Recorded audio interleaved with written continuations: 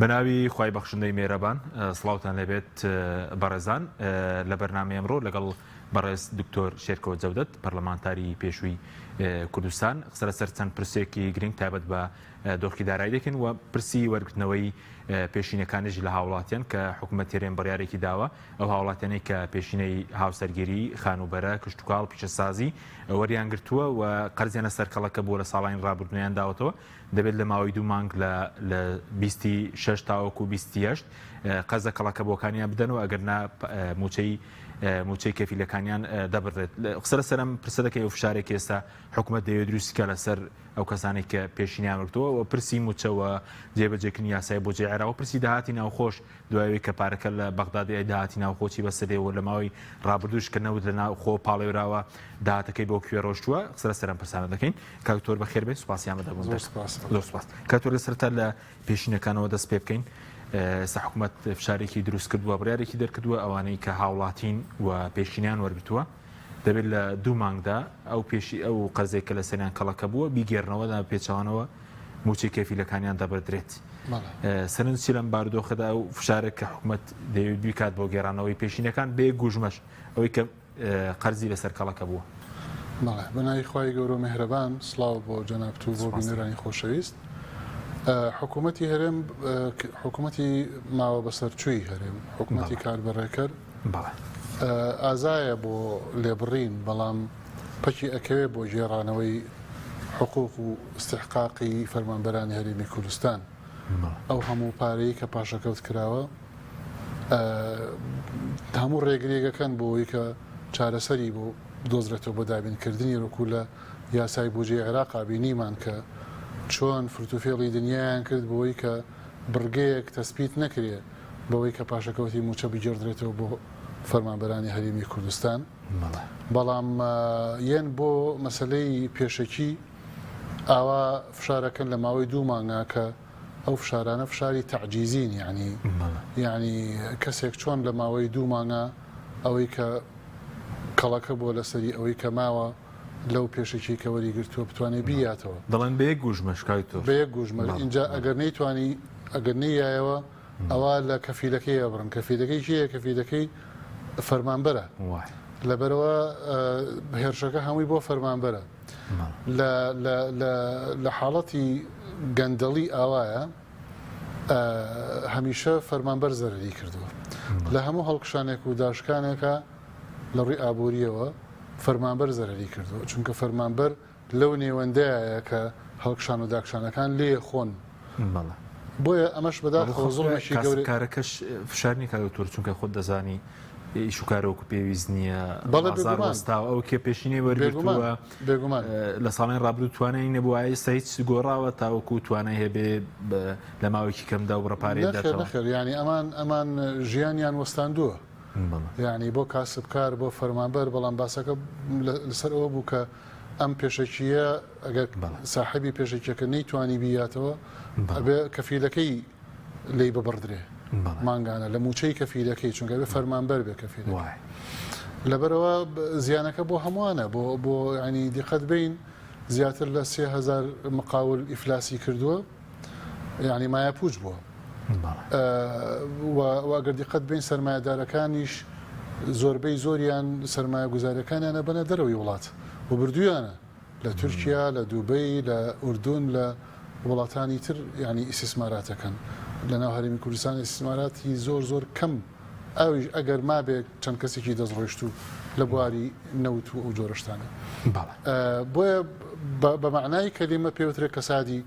ئابووری پێوترێت داڕمانی ئابووری و ئەوەش بێباکانە بەداخەوە ئەم بەرپرسانە بە بەرچاویانەوە ینی ئەم هەموو دیاردە دزیێوەی کۆمەڵگە ئەو هەموو تاوانە ئەو هەموو ناڕەحەتی کە خەڵک ینی وەکو سترس و فشار لەسەری ڕۆژ بە دوای ڕۆژ زیاتر ئەبێ ژیانی لێت هەڵ بووە بە تایبەتی تەبەقەی خوارەوە ئەوانەی کە کەمینەن و لەسەرەوە های لایف ئەژین و لەسەر حسابی میلەت ئەژین و vێلاکانیان لە ئەمریکا و لە ئەوروپا و لە وڵاتانی ترا بەرچاوە و وزانراوە ئەوانە ناڵین ئەوانە ئەڵین کە ڕۆژ بە دوای ڕۆژ ئەچەوسێنەوە زیاتر و قوت و نانی ڕۆژانەیان پێدابی ناکرێت ئێستا ووایان لێ هاتووە لە تاو فشاری دەرونی کە ناجێگیرن یعنی خەڵک ئێستا بەڕاستی ترسی لە موچەی ئەمانگە نیشتووە کە ئایا ئەدرێ یان نادرێ ئایا بەغاو هەولێر ڕێیەکەون یان نا بۆیە خەرجیش بەهۆی ئەوە کەس بۆتەوە بۆیە بازاڕەکانیش بۆی ئەوە لاواز بوون ئەمە حاڵەتی ئرتیباک پێوترە شڵەژانی ئابووری یعنی نا خاوەن پارە ئەتوانێ یا ئەوێرێ پارە سەرفکە نەپارەکە ئەو قووەتێ هەیە بەهۆی هەڵاوسان و گرانی شتەکان نە دڵنیاییش هەیە بەوەی کە ماگانە موچەکەی ئەگرێ بۆی کە یعنی استقرارێک بۆ ئەلقەل بۆ مێشکی کە ئەمە ماگانە موچەکەی وەرەگرێ و ئەتوانێت بەرنامەی بۆ دابنێ بۆ خەرجەکانی بۆیە خەڵک ئێستا بەعام قەرزارە قەرزاری نانەوهایە قەرزاری میوەفرۆشە قەرزاری دوکاندارە قەرزاری ناوبازارە قەرزاری کرێچێتیەکەیەتی قەرزاری یعنی ئەوە کۆمەڵگەیشی قەرزاریان یعنی دروست کردوە قەرزاری ئەوە تا حکوومەتی شەکە حکوومەتیش ئاوا ماڵێ لەگەڵاکە سەر باقی ئەم هەموو فشارانە حکوومەت یەت چ لە ڕێی کامێرایی پۆینت و پۆینتەوە بێ یان لە وەرگرتنەوەی ئەو پێشەکیە بێ کە باسی کرد جەنابەت یەت فشارەکان لەسەر خەڵک یعنی لەسەر خەڵک ئەبێ باجەکەی بە خەڵک ئەبێ قورسایەکەی لەسەر دروست بێ و خۆشیان ینی بەو شێوێ ئەمە بە معنای کەریمە داڕمانە یعنی هیچیان نەماوە سیاسیان دۆڕانیان ئابووریان دۆڕانیان بەس لایەنی ئەمنیان ماوە ئەویش مۆڵەتێکیان ناونەتێ بۆ ماوەی چەند مانگێک بەڵێ دەسەڵات مەبەسم دەسەڵاتە لە هەرێمی کوردستان ئەویش لایەنی ئەمنەکەیان تەنها ماوەتەوە ماوەیەکیان ناونەتێ چەند مانگێک هێزی پێشمەرگەیەک نەخەنەوە عجایب نییە وەکو ئەفغانستان پێیان بڵێن خواحافیز و ئێمە ئامادەنین ماگانە مەعاشی هێزی حزبی بدەین ئێمە ئەو مەعاشەی کە ئەیدەین بۆ هێزی یەکگرتووی هەرێمی کوردستان ئەیدەین و ئەو تەدریب ڕاهێنانش بە هەمان شێوە لەبەرەوە لایەنە ئەمنیەکەش لە دەست ئەدەن و ئەیدۆڕێن بە دڵنیاییەوە کە ئەوەش دەرەنجامی ئەو واقعەیە کە مێژوویەکی هەیە لە هەڵا لە شکست لە گەندەڵی لە غرور لە گوێنەگرتن لە دەنگی دڵسۆز و چاکەخواز و چاکەکار لە گوێنەگرتن لە کەسانی پرۆفشناڵ و میهەنی و لێهاتوو دەرەنجام هەر ئەمەی لێ ئەکەوێتەوە یعنی نابێت چاوەڕوانی شتی تر بکەین باش هەر ئەبێ وابێ بەڵێ سەرۆکی حکوومەت جێگرەکەی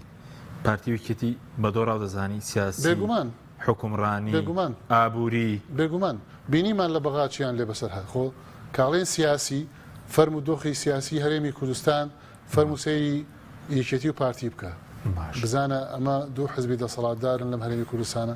بزانە دۆخی سیاسیان لە چ ئاستێکایە بزانە لەگەڵ عێراقا چۆن دۆڕانیان لە مەسلەی بوجەی عێراقا کە دەرکەوت ینی تەنانەت ئەوانەی کە تەحالوفیشان لەگەڵا کردبوون چۆن گۆڵیان لێکردن گۆڵی گەورەیان کرد لە یەکێتی و لە پارتی و بەداخەوە ینی بەهۆی غرور و بەهۆی هەڵە و بەهۆی کەم تەرخەمەکانیان و بەهۆی ئەولەویەت پێدان بە بەرژەوەندی کەسی و حزبی تەسکی خۆیان لەسەر حسابی خەڵکی هەرێمی کوردستان دەرەنجام دۆڕانیان بۆیە سیاسیەن کە ئەڵێن دۆڕانویانە ئەوەیە فەرمو لە ناو خەڵکە لە ناو دەنگدەرەکانی خۆیانە داڕمانێکی زۆر مەترسیدار ڕووی داوە بۆیە ناوێرن هەڵبژاردن بکەن بۆیە هەموو فرتوفێڵی دنیاکەن هەل لە ڕێی کۆمیسیۆنی هەڵبژاردننی عێراقەوە هەتاوەکو هەموو ڕێکارەکانی تر گرتویانەتە بەر بۆی کە هەڵبژاردن نەکرێت ئەوە تا ئەمساڵ تەواو هەڵبژاردن ئەمساڵ ناکرێت بۆ ساڵی داهات یعنی ئەمساڵ هەرێمی کوردستان پەرلەمانی داخرا حکوومەتی کاربەڕێکەرە سەرۆکایەتی هەرێم بە هەمان شێوە تەواو یعنی شەرعیەت لە هەرێمی کوردستانە بۆشایەکی تەشریعی وازح و ئەوە شکستی سیاسی نییە ئەوە شکستی حکومڕانی نییە ئەوە کۆتایی هاتنی دەسەڵاتی ئەمان نییە بوجەش لە بەغاوە ئەگەر بێت لە مۆدا لە بەغاوە دێ ئەوە اقتصاد و ئابووریش کەوتە دەستی بەغاوە چیان ماوەتەوە وەکوتم لایەنە ئەمنیەکەی لایەنە ئەمنیەکەشەوە حاڵێتی کە مۆڵەتیان بۆ داناون لەبەر ئەوە بەڵێ خۆشیان ئەمە باش ئەزانن بەڵام غلوریان ڕێیان پێنادا باش بەس بەژەوندی ڕازتوانێت حکومڕانی بکە نەیانتوانیەوە بۆیە ناتوانیەوە بۆیە ناتوانن و دەرەنجام خۆیان باش ئەزانن کە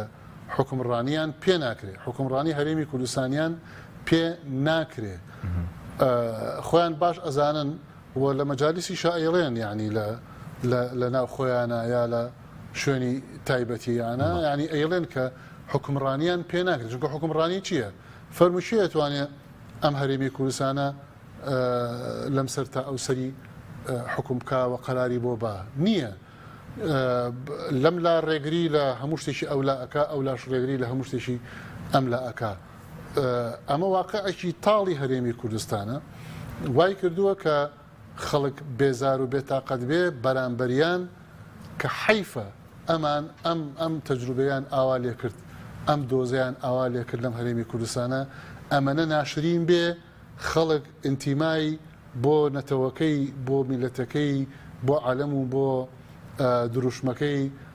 بۆ کوردستانەکەی ینی جیلی تازە خەڵک کۆمەلگە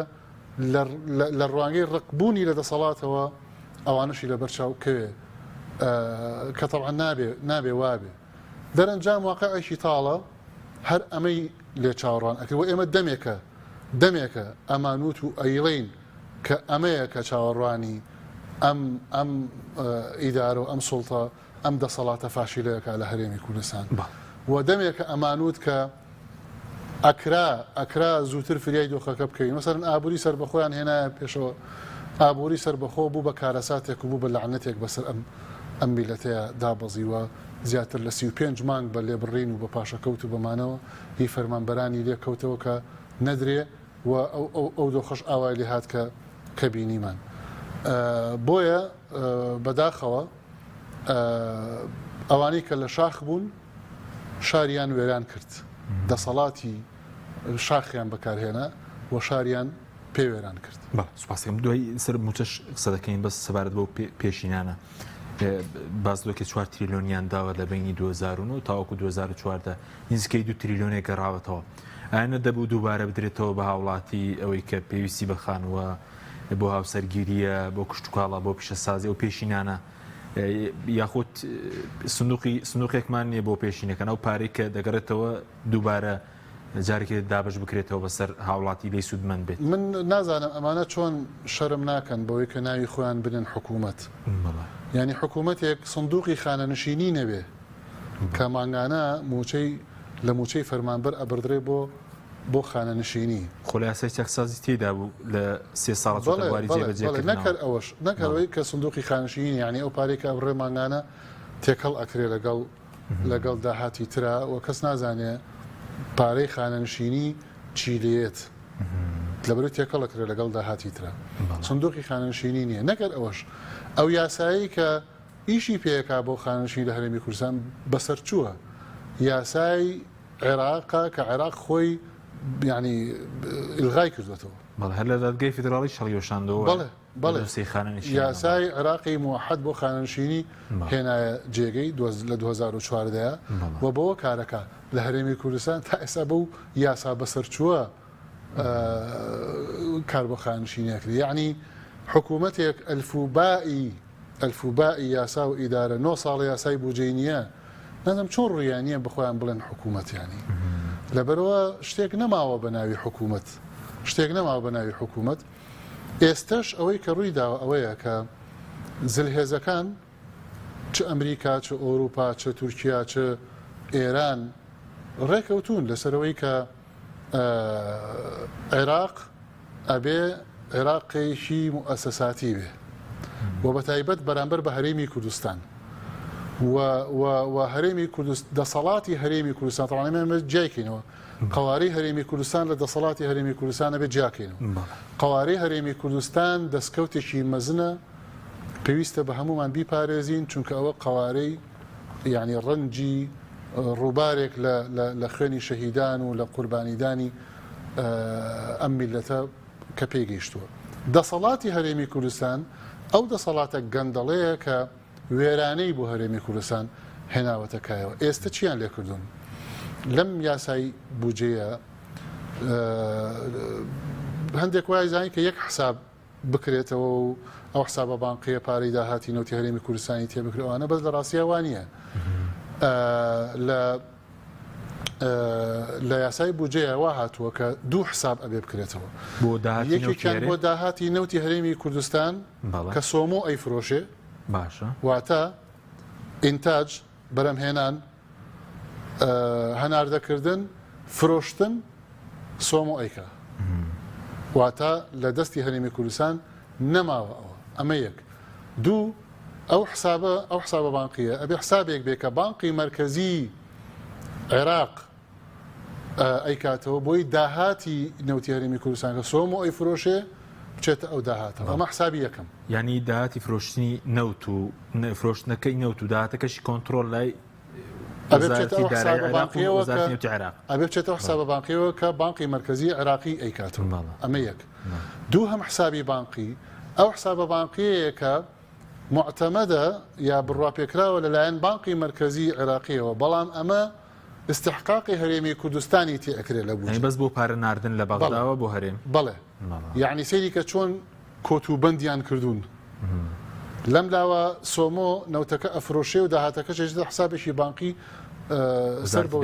سەر بە بانقی مرکزی عێراق بانقی مرکزی عێراق لەوەیانە سەرۆشی حکوومەتی هەرێمی کوردستان و ئەمانە هیچ دەورێکی نییە سۆمۆ ئەیفرۆشێ و داهاتەکەی خاتە ئەو حسابە بانقیەوە باش لەوەی تر کە استحقاقی هەرێمی کوردستانی تێکرا حسابی بانقی دووهەم ئەوەیان سەرۆشی حکوومەتی هەرێم بۆی هەیە یا خۆی یا وەکیلەکەی لەو پارەیە کە استحقاقی هەرێمی کوردستانەوە دائەنرێ دەری بێنێ و خەرجی بکە ئەویش قەیدیان کردو بۆی کابێ ئەولەویات بۆ موچە بێ اینجا بۆ پرۆژەی ئیسیسماری و ئەگەر کەم تەرخەمی کرد لەوەیە ئەوە بەغدا ئەتوانێت تەدەخل بکە بۆەوەی کە تەمویل دابین کا بۆ ئەو پارێزگایی کە ئەو کەم تەرخەمی بەرامبەر ئەکرێ کەوابێ ئەمان ئێستا باش ئەوە ئەزانن کە قوتی خەڵکیش کەوتە دەست بەغدا موچەش کەوتە دەست بەغدا کە کەوابێ چیان مایەوە لەمە دوا گۆڕانکاریەکان زەقتر و ڕوونتر دەرئەکەون لەمە دووە چونکە وەلاعات لای بەرژەوەندیەکان گۆڕا لەوانەی کە بەرژەوەندیان لەگەڵ یەکێتی و پارتیا بوو موچەیان لای یەکێتی و پارتی بوو دەنگەکانیان بەهۆی ئەوەوە بۆ یەکێتی و پارتی بوو تەهدیدیان ئەکردن بەوەی کە ئەگەر دەنگمان نەدەنێ موچەتان ئەبڕین و ئەو هەموو فشارانەی تر کە پەیوەندی بە بژێوی و بە ژیانیانەوە هەبوو ئێستا ئەمە لەمە دووە لە بەغداوە دێ واتە وەلا گۆڕا وەلا بە ئاسانی ئەکرێ بگۆڕێ ئەم چیتر ناتوانێت دەسەڵات لە هەرێمی کوردستانە تەهدیدی دەنگدەرانی بکە بە قوت و بە موچە و بە بوجە بۆیە ئەمە شادەماری گۆڕانکاریەکانە لە هەرێمی کوردستان بۆیە تەغییری داهاتوو یا قۆناغی داهاتوو قۆناغێکە گۆڕانکاری گەورە بەخۆیەوە ئەبینێ لە هەرێمی کوردستانە طبعاً لە عێراقیش و لە هەرێمی کوردستان وەڵام بەتایبەت ئێمە باسەکەمان لەسەر هەرێمی کوردستانە چونکە هەرێمی کوردستان نەوتی بەدەستەوە نەما بوجەی بەدەستەوە نەما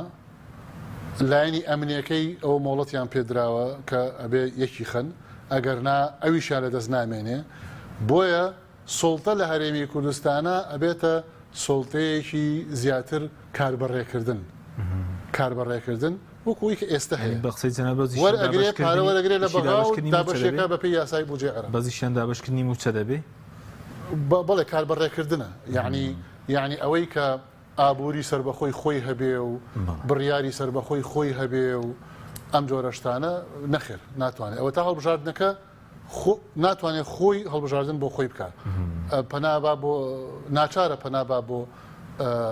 دەستگای هەڵبژاردننی عێراق کۆمیسیۆنی باڵای هەڵبژاردننی عێراق بۆیە ئەبێت چاوەڕوانی گۆڕانکاری بکەین ماوەتەوە سەرچی ماوەتەوە سەرەوەی کە خەڵک و دەنگدەر لەم هەرێمی کوردستانە یعنی فشارەکانیان حزوریان بۆ هەڵبژاردن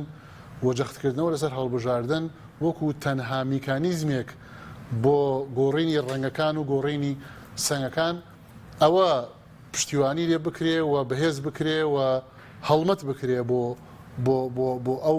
ئەو زەربەیە بەرامبەر بە گەندەڵی کە بە هەمووان پێویستە ئەنجامی بدەین لەم هەرێمی کوردستانیا لە ڕێی سندوقەکانی دەنگدانەوە.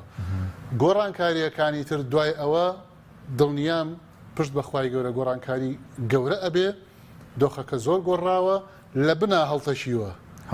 ینی گەندەڵی لە بنا هەڵتەشیوە ئینفراستراکچەرەکەی بنیەی تحتی ژێرخانی ئابووری ژێرخانی سیاسی ژێرخانی ئیداری ئەمانەی هەڵتەشیوە و چاکیش نابێتەوە. یعنی ئەوە تا بینیمان یەکێتی و پارتی دنیا پیانەڵێ دانیشن لەگەڵ یەک ناتوانم بۆ لەبەرەوەی ئەم سوور ئەزانێت تەواو بوو ئەوی سوور ئەزانێ بەرەو تەواوبوون ئەچێ لەبەرەوە دانیشێت چی لەگەڵا باسکە ئەو کاتە دائنیشتن باسی 50 بە 50 نەکرد نەوتەکە نیوەی بۆ تۆ و نیوەی بۆ من و داهاتی گومرگەکان ئاوا بەشکەین و بەناوی لا مرکزیەتەوە ئیدارەی سلەیمانی تۆ پارە بخۆ بۆ زۆنی سەوز و لەم لاوە ئیدارەی زرد پارە بخۆ بۆ زۆنی زرد و هەتا دوایی دانیشتەکانیان لەسەر ئەمانە بوو کۆبوونەکان ئەوە نەما بەزیستە داهاتی ناوخۆش نەماوە بە شێوە گەندەڵ ئەوەی کە پێوترێ نانەوتی ئەوە باسمان لە نەوتێکێ داهاتی نانەوتی کە بریتە لەو گومرگەکان لە داهاتی خاڵە سنوورەکان لە داهاتی فەرمانگە و بەڕێوەبەراتیەکانی حکوومەتی هەرێمی کوردستان ئەمانە پیانەوترێ داهاتی نانەوتی مرورە تاپۆیە هەچیەکە ئەمانە پیانەوترێ داهاتی نانەوتی ئەمە ئەبێ لەژێ ڕقابەی دیوانی چاودێری دارایی عێراقی بێ لەگەڵ دیوانی چاودێری دارایی هەرێمی کوردستان و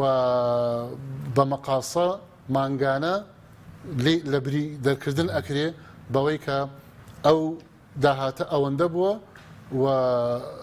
ئێمە ئەوەی کە ماوەتەوە لە بەغداوە ئەینێرین وەکو حسەی بوجە و ئێستحقاقی هەرێمی کوردستان لە مەسلەی بوجەیە بۆیە ئەوەش ئەبێ کۆنتترۆل بکرێ و ئەوەش ئەبێ یەکلایی بکرێتەوە و باس لە دەستورە و باس لە یاستا باس لەوە دەکرێت کە تۆ بە یاسا ئیدارەی مالی بێ تەنها داهاتی سنوورەکان گومرگ حادیە لە 150 تەنها باز دەوەکێت تەواوی باج و ڕسومات لە ناوخۆ هەمووی هەر بە حکوومەت بمێنێتەوە نەکەر ئەوەش ئێستا ئەمەی کە پێوترێ لیستی موچەی فەرمانبەران باشە لە عێراقا یەک ئەخرێ هەرێمی کوردستانی ژەگرێتەوە ئەوە شۆرشە گەورەکەی تر لەویایە شۆرشێکی گەورەی تر لە یاسای نەوتوگازی عێراقایە کە ئەویش خواستێکی دەستوریە و ئەبێ بێتە دی کە پەیوەندی نێوان هەرێم و بەغدا لە یاسای بوجێ لە یاسای نەوتوگازی عێراقا ئەبێ ڕێک بخرێ و ئەم کۆتوبەندانە بۆ ئەم گەندەڵکارانە لەوێ ئەبێ سەقامگیرتر بکرێ چونکە لە یاسای بوجێ عێراقا ئاڵێ هەتاوەکو یاسای نەوتوگاز دەردەچێ ئەبێ ئەم یاسای بوجێ عێراقا پەیڕەو بکرێ لەبەرەوە ئەم لیستی موچەخۆرانی عێراق و هەرێمی کوردستان یەک دەخرێ واتە فەرمانبەرێک لە سلەیمانی هەمان موچەی هەمان ئاستی فەرمانبەرێکی دەبێت لە بەسرە فەرمانبەرێک لە دهۆک هەمان هەروەها بۆ خانەنشینیش زاوکەی وای لێکاگوتۆ ئەوە ئێستا حالیەوە ئیشی لەسەر ئەکرێ تقریبا تەواو کراوە کە تەواو کرا ئەو کات طبعاً یەتە ئەنجومەنی حکوومەتی فدراڵی ئێنێرێ بۆ ئەنجومەنی نوێنەران و لەویا یەکلایی ئەکرێتەوە ئینجا ئەو کاتە ئیلزام ئەکرێ هەرێمی کوردستان کە هەموو فەرمانبەرەکانی ئەبێ یەک خاتەوە لەگەڵ لیستی موچەی فدراڵی عێراقا ئێستا زوڵمی گەورەی ئێستای هەرێمی کوردستان زوڵمی گەورەی تایە لیستی موچەی بەم یەک خستنە فەرمانبەران و موچەخۆران لە هەرێمی کوردستانە یعنی سوودێکی باش وەرئەگرن چونکە یەک ئەگرێتەوە ئەو فەرقی موچەیی کە لە نێوان هەرێمی کوردستان و عێراقایە فەرقێکی زۆرە و هەرێمی کوردستان زوڵمێکی زۆری لە فەرمانبەرانی خۆی کردووە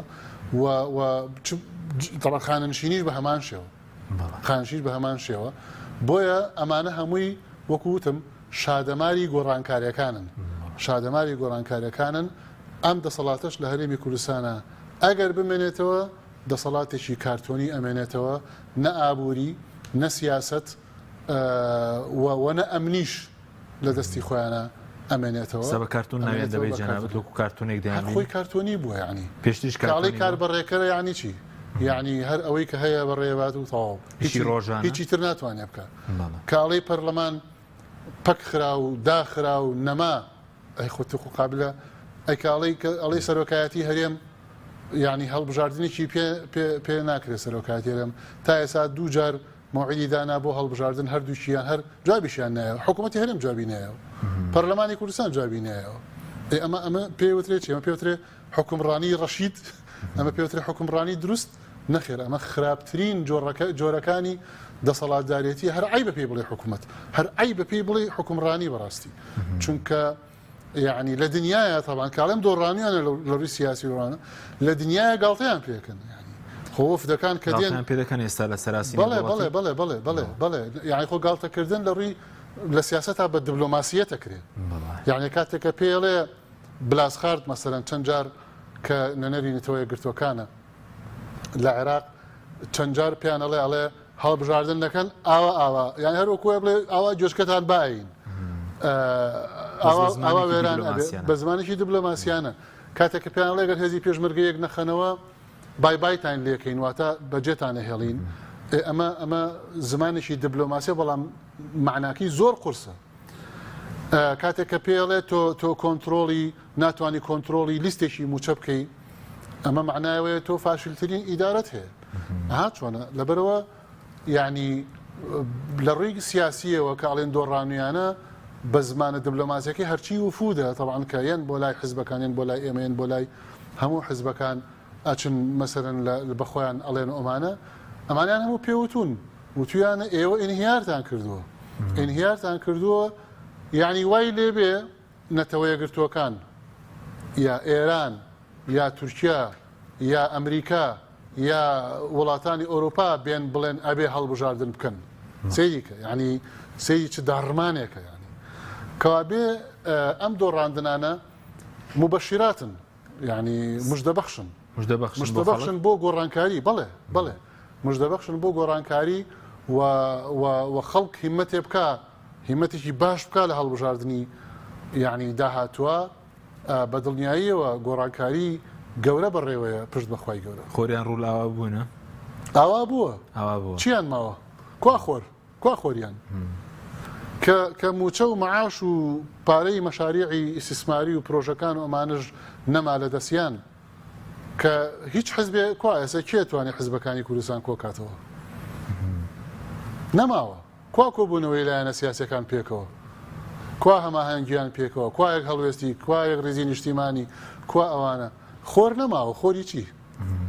ینی مۆمێ بوو مۆمەکەش توایەوە ئەویش نەما ئەمە گەندەڵی بڵین کوژاندیەوە بێگومان گەندەڵی غرور خۆپەرستی بەرژەوەندی تەسکی حزبی ئەمانە هەمووی ئەم داڕمانەی دروست کرد باش کاتور سەبارەت بۆ بجێ کە لە عێراقەوە دێ ئێستا لەمە دووە بەشیەوە دەکا بۆ نمونە حکوومەت ئەو قەرزی موچەخۆرانە بیداتەوە پاشەکەوت یاخود ئەو پاکتاوە بکرێ مەسەرەن تۆ من هاوڵاتیەکەم موچەخۆرێکم پێشینم لایە حکوومەت بخاتە بەر ئەو قەرزەی کەلایەتی بەشیەوە دەکا ئەو پاکتاوە بکرێ لە بینی حکوومەت و هاوڵاتی هەر حکوومەت پارە لە خەڵک وەرنەگرێتەوە پێش ئەوە باسی ئەوە بکەین تەڵعاان ئەمان ڕاستە ڕازی بوون بە یاسای بودجەی 2023-24-25 فیدرالی عێراق بەڵام لە ناوەڕۆکە لی ناڕازین بەڵێ چونکە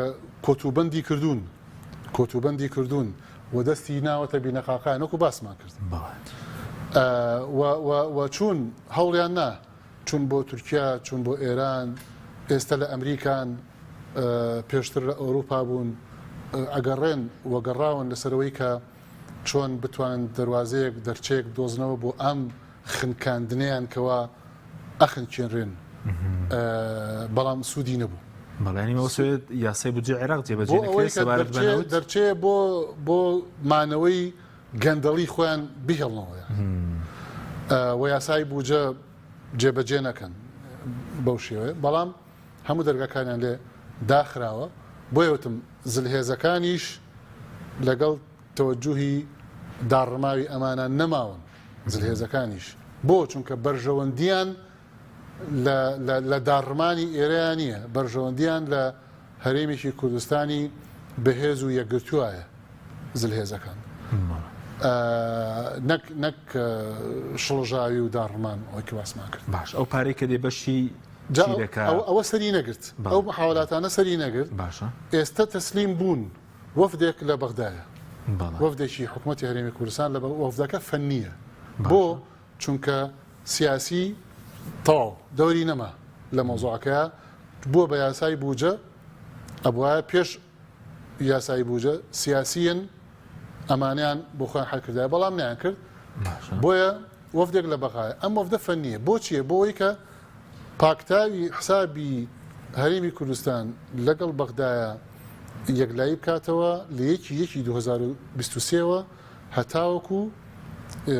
یەکی حوتی 2023 لەو شەژ مانگە لەو شەژ مانگەیە بەڵێ و ئەمە بەپێی یاسای بودجەی عێراق ئەوە تەسبیت کراوە ئێستا لەوێن بۆ ئەم پاکتاوکردنە و بۆ پێکهاتن لەسەر ئەوەی کە پاکتاوکردنەکە بەم شێوەیە ئەکرێ وەکە ئەوە تەواو بوو بەغدا استحقاقی هەرێمی کوردستانە خاتە ئەو حسابە بانقیەی کە سەرۆکی حکوومەت مولزەمە بەوەی کە وا دەری بێنێ وا خەرجی بکا کە ئەولەویەت بۆ موچەی باش بەس هەرێم قەرزدار دەبێتەوە لەو شەژ مانگە چونکە 500 میلیاری بۆ هاتووە 2 تریلیۆنی لە بەغدا ڕاکێشاوە ینی لەو ماوەی ئەو شەژ مانگە بەڵێ ئەوەی کە ڕوو ئەدا ئەوەیە کە پاکتاوەکە پارەی TBI کە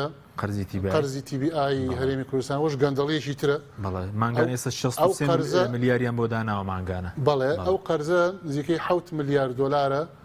کە بەرپرسێک لە TBI کە کورد بووە بە فرتوفێڵ ئەو 7 میلیارد دۆلارەی بۆ چەندە سەڵاتدارێکی دەستڕۆیشتی هەرێمی کوردستان ناردووە و دزیوە و ئێستا ڕای کردو ئێستا لە ئیماراتە باشە و محکەمەی لەسەر گیراوە ئەوانە و ناوێرە بێتەوە بۆ عێراق و ئێستا شوێنی کەوتون بە ینی پارەکە بەرپرسەکان زیویان دەبێت لە پشکی خەڵک ببردرێت ئەوەی کە ئەبردرێ ئێستا لە ئستحقاقی لەمەسان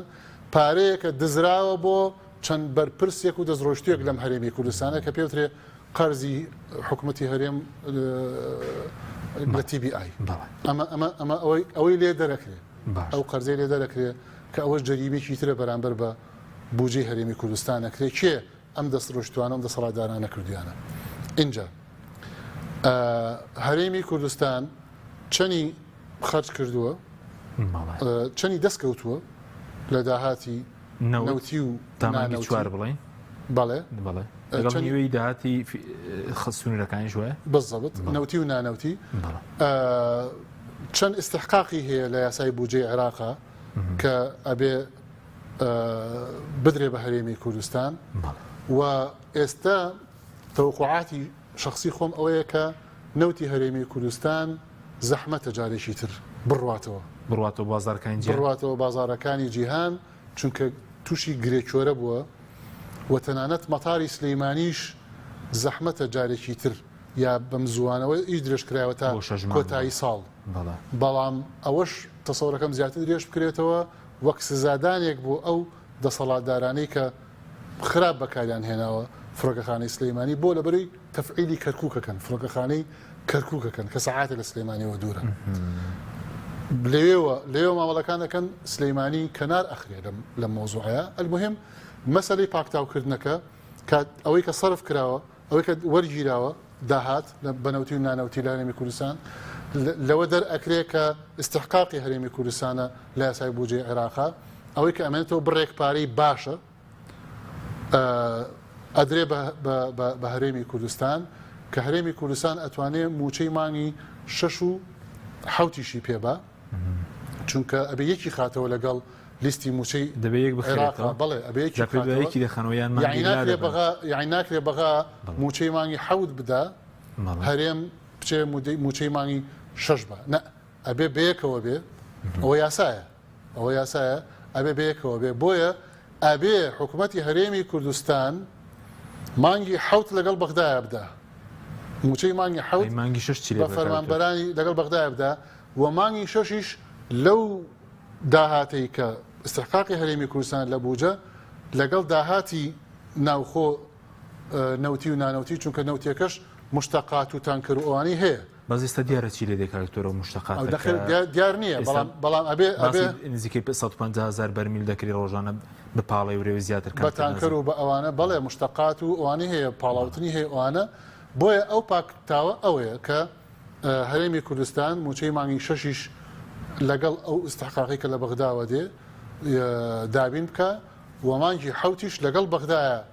لەگەڵ عێراقا موچەی موچە خۆرانی خۆی بە هەرێمی کوردستان ئیتر بەمە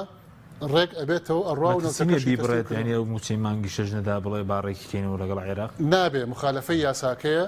و بەو شێوەیە تووشی سەرپێچی یاسا ئەبێت و ئەو یاسایی کە خۆیانی خارە سێخولەکێکمان ماوە سێخولەکێک سەبارەت بە ئەو قەرزانی کە لە بینی هاوڵاتی حکوومەت هەیە بۆ پاکتاو ناکرێت ئێستا حکوومەت ئێمە راپۆرتێکمان کو زیاتر لە 20 تریلیۆنی موچەخۆران قەرزدار ئەو قەرزەی کە لای هاوڵاتیانە چی بە پێشینەکان بێت چ بەوەی ئاو کارەبا بێت ناگاتە بڵین 5 تریلیۆنێک